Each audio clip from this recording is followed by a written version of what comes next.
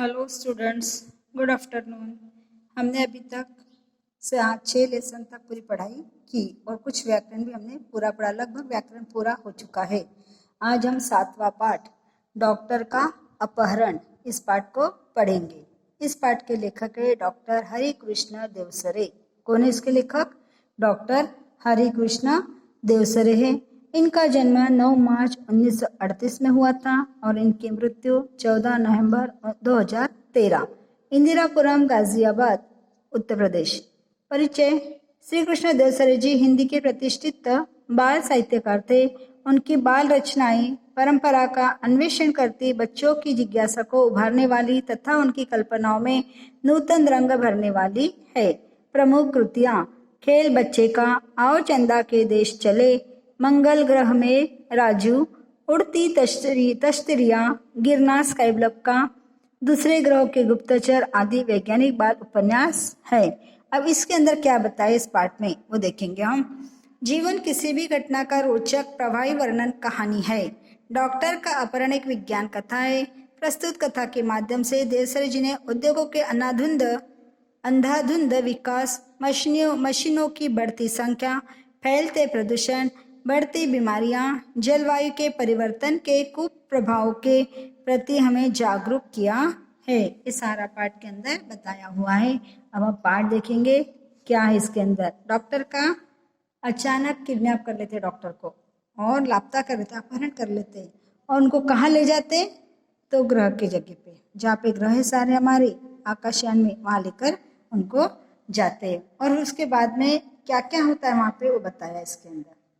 कुछ महीनों के पहले आपने डॉक्टर भटनागर के अचानक लापता हो जाने के समाचार पढ़ा होगा, लेकिन उसके बाद फिर उनके बारे में कुछ भी पता न चला। हुआ यह था कि एक दिन रात को लगभग 2 बजे उनके घर की कॉल बेल बज उठी। आदत के अनुसार डॉक्टर भटनागर उठ गए। उनकी पत्नी जागकर भी बिस्तर पर पड़ी रही, क्योंकि वह जानती थी कि ऐसा रोज ही होता है। जब भी कोई मरीज सीरियस होता है तब अस्पताल का चौकीदार उन्हें उठाने आ जाता है। अगर किसी को उन्हें घर बुलाकर ले जाना होता तो वह भी आकर उन्हें जगह देता।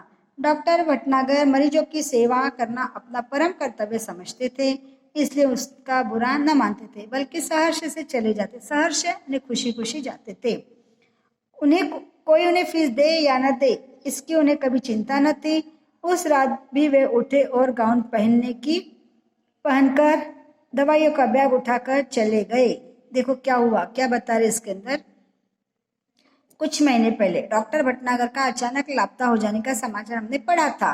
उसमें क्या बताया कि डॉक्टर का हमेशा कोई पेशेंट आता है तो रात बेरात उनको उठाते, और डॉक्टर कभी उन्होंने नहीं कहा कि मैं आता नहीं, इतनी रात हो गई। तो डॉक्टर का एक कर्तव्य था और खुशी खुशी वो पेशेंट की सेवा करने चले जाते थे। उसी दिन वैसा ही हुआ।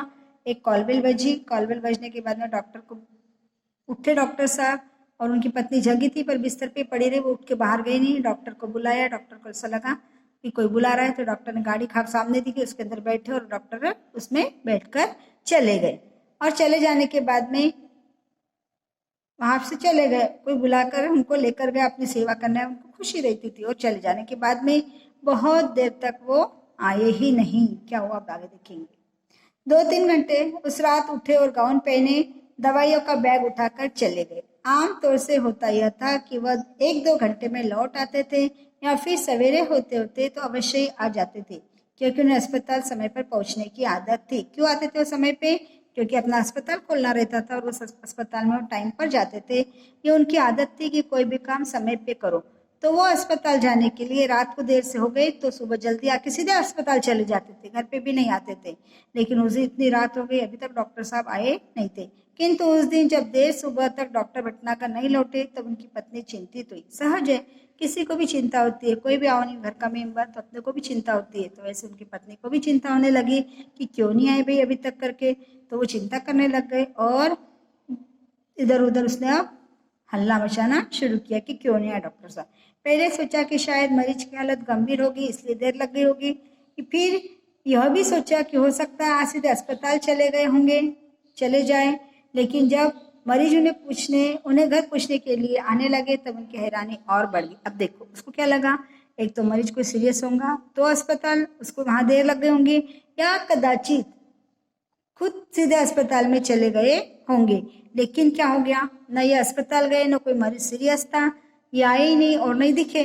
तो फिर उनकी पत्नी चिंतित होने लगी और सारे मरीज के घर पे समाचार आने लगे कि डॉक्टर साहब कहाँ है, कहाँ है। उसकी चिंता और ज्यादा बढ़ने लगी, अब क्या होगा, कहाँ चले गए डॉक्टर साहब।